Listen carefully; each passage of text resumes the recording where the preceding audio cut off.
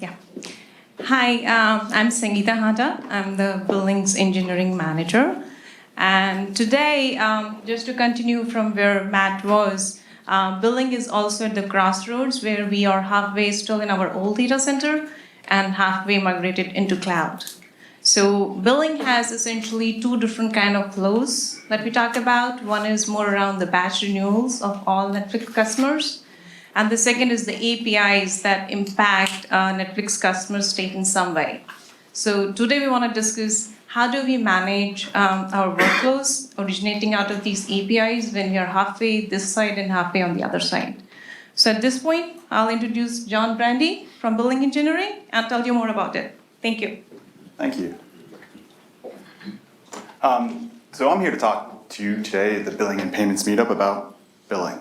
And specifically what we do, as she mentioned, is we handle all the batch renewals, and that's the large majority of what we do in terms of batch processing. And so Matt had previously mentioned there's about 2 million essentially charges we do every day, and we're the source of nearly all of them. And so every month when you've signed up and it's time for you to get your March Netflix subscription updated, we end up kind of churning out at midnight pretty much the 2 million that day that you need to go to. So essentially all the batch processing and all the payment processing we do on the billing team currently resides in the data center. And if you recall, again on Matt's slides, there's the DC clients into the Vault or the payments team more or less, and that's pretty much us. But having said that, really the bulk of what I want to talk today about is not at all having to do with payment processing or batch processing. Everything has to do with kind of our live APIs. And from that perspective, all that's in the cloud currently. And more or less what we're after is when people create a sub, when they want to update their method of payment, when they want to look at their billing history, when any kind of live thing needs to happen, whether it's customer driven or customer support, our cloud services it. So one of the big things that we do, obviously is signups. Subscription-based business kind of relies on signups, fairly important to what we do. And overall, we're after trying to get pretty much all of this done in such a way that we can service basically all the needs we need to do. The technology we end up kind of doing that with is mostly Spring-based. We are a big Spring team, and we use Java 8 for everything. And so when we use Spring without needing XML, we actually don't use any XML at all in terms of configuration or anything like that. We can use Spring integration, and it has a Java DSL that we can use with Java 8 to basically just do pure Java. So setting up beans in terms of Spring application context, or setting up the flows in Spring integration, we do it all through Java. Cassandra, Netflix is just a giant Cassandra company. The biggie for us in terms of billing specifically when we talk about live APIs is if you as a customer want to view your billing history and currently you're in London, you should be able to do that. And that's kind of the big win that we get out of Cassandra is it's going to basically be available everywhere, and your data is going to be available everywhere. The downside, of course, is we lose out on transactions. We lose out on kind of the guarantees that a database is going to give us. And of course, being in the cloud basically means being in Amazon's EC2. And when we talk about kind of workflows, when we talk about enterprise integration patterns or something like that, we end up using messaging quite a bit along with Cassandra to kind of make sure that we end up getting all the work we need done, more or less.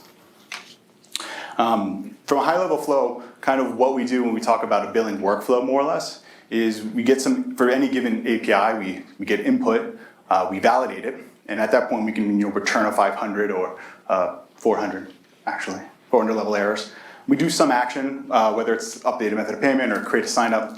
But in the course of kind of this flow, we end up kind of signaling intentions of stuff to do later. We don't have a transaction, so I can't guarantee that I'm going to write to my database and send an email at the same time. I lose that kind of ability. And so after we kind of complete actions, we have other things we need to be doing. Probably one of the more important ones is syncing with the data center. That is where all the payment processing happens. Other things might be notifying the membership team of change of status. Maybe a person's attempted to cancel. putting people on hold, taking people off hold, sending emails. All these actually happen live. And what happens when they fail? We end up kind of failing over into SQS, more or less. And then we have basically retry logic that ends up kind of servicing SQS. And so we can basically leverage the redrive policies that SQS give us to kind of basically have DLQs. And so after 5 attempts at trying someone from a queue, they get dumped into our DLQs, and that kind of allows us basically to find out where we've most likely done something wrong at that point. The general concepts of kind of building our workflows in the cloud, we initially looked at things like activity and other kind of basically workflow engines, and instead to kind of go our own. Part of it, again, was mostly Cassandra. If we're gonna have all of our data in Cassandra, we couldn't really rely on a database to kind of leverage some other activity engine to basically figure out status, more or less. And so we kind of did it all in Spring integration. General concepts, any kind of distributed thing you're gonna do, leverage idempotent actions. When in doubt, just try it again. That's basically, I guess, any motto, more or less. Leverage our domain. We aren't the kind of company that needs to care about whether or not you have $20 worth of video credit, and every time you stream, we need to kind of take a token away from you or whatever it might happen to be. I don't have those problems. And so, in fact, my lack of constraints end up enabling me to not have to worry about quite a lot of problems. You either are paid or not. It's pretty much just really all billing cares about, more or less. Replayability. When things go wrong, we may want to start something over again. And being able to either completely restart a workflow or start a workflow at some step 8 of this workflow allows us basically to, again, leverage the retry logic or the DLQs to kind of start over. And I guess this kind of mentions an earlier question we had. We favor writing to Cassandra first. Our goal is to make things durable as fast as possible. If something bad happens after writing to Cassandra, hopefully it's not writing to SQS, but if it is, then we at least have some kind of source of truth to go on and say, well, we know we're out of sync because when we look in Hive and we can join our Cassandra and our data center tables, Cassandra has said, oh, this person attempted to cancel, and we can then rectify that by putting the message back into the queue and running the workflow once again. So internally, what we do with Spring integration is we basically set up a pub subchannel.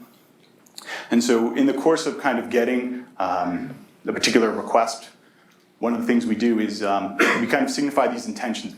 Oh, you're removing the cancel that you've actually done because you actually want to keep your Netflix subscription. So we may signify that, oh, we need to email this person and let them know that we've removed their cancel and they can keep streaming on Netflix. And then we go about modifying the subscription, saving it to Cassandra. At that point, we fan out the calls to these other external services that are all listening on this kind of pub sub channel we have internally. And if things go bad again, if we try to talk to the email team or we try to talk to the whole team or the membership team and it fails, we can then just kind of dump it into SQS and it'll end up being retried by itself, and none of that ends up affecting the flow of the originating call, more or less. And again, back to DLQs. When things go into the DLQ, we have Atlas alerts, and back in the back left, you can kind of get a taste for what Atlas is, but it's basically our telemetry platform that powers our metrics dashboards. And so whenever we have something in our DLQ, we pretty much get an alert. More or less, it means we've done something wrong. We have to push a code fix. And that again goes back into the replayability where, well, we've pushed the code fix, we have this message kind of sitting around that didn't work before, let's just drain that queue and it'll replay the whole flow again. And if we've done our job right, it'll work that time around. So no engineer presentation's complete without the obligatory code. This one is simplified, but more or less kind of touches upon everything that I've mentioned before. We operate on subscriptions generally. And so the input essentially to the Spring integration workflow is a subscription. And in this particular case is you've decided to remove your cancel that you've previously had. We're going to basically have to populate 2 headers, which signify when we end up getting to this pub subchannel that there's more stuff to do. So we need to tell the DC that we are removing a cancellation. We need to prepare an email to send out the remove cancel email so that after you've moved your cancel and after we've successfully done it, you end up getting an email, hopefully. The gateway remove cancellation information is actually the thing that kind of edits the in-memory object, the subscription, and basically replaces or removes your cancel request. And then really the gateway save and send subscription ends up kind of being the pub sub, basically the big mechanism internally that kind of does all the work. It saves the subscription to Cassandra. If that's successful, it then goes about trying to do the actions, fanning them out. In this particular case, it's attempt to sync with the data center and attempt to email. So kind of going forward, where we want to kind of take what we do with billing and the billing workflows is we're after really leveraging, or internally right now we're leveraging this concept of pub sub and integration channels using Spring integration. And externally we kind of simulate a durable pub sub. And so the likely kind of avenue we're looking at currently is basically moving to Kafka to basically kind of do the same thing we're doing now, allowing us basically to keep this pub sub aspect moving forward and keep it durable. Any questions? So it feels like you're duplicating some logic between Cassandra and SQS. Have you thought about just building your own queuing on top of? Yes. So internally, we base everything off of Steinyax, and it actually has a queue concept to it. More or less, we decided not to go that route. I think there was problems, other teams encountered problems trying to do that kind of thing, and we were kind of scared off of it. Given that you guys love EC2 and SQS, is there a specific reason you would go with Kafka over something like Kinesis? Over what? Something like Kinesis? We haven't actually decided which direction we're going to go. And most of that's, I think the bigger question is when we move payment processing into the cloud, that's the thing that's going to be generating actually the vast majority of what we end up doing. And I think I don't know. Kafka seems like the likely answer, and it's probably something we might want to look into more as well. You mentioned in your presentation Spring integration. Yeah. But earlier in the other presentation, you guys have mentioned Apache Camel. Yes. So is there any reason for this use of these two overlapping technologies? So I would say we're separate teams, and if you asked the people on the teams which they had familiarity coming into, we had Spring integration familiarity coming into it, and I think they had Camel experience coming into it, and so it was more, let's kind of pick what we know more or less. Any other questions? Awesome. Well, thank you.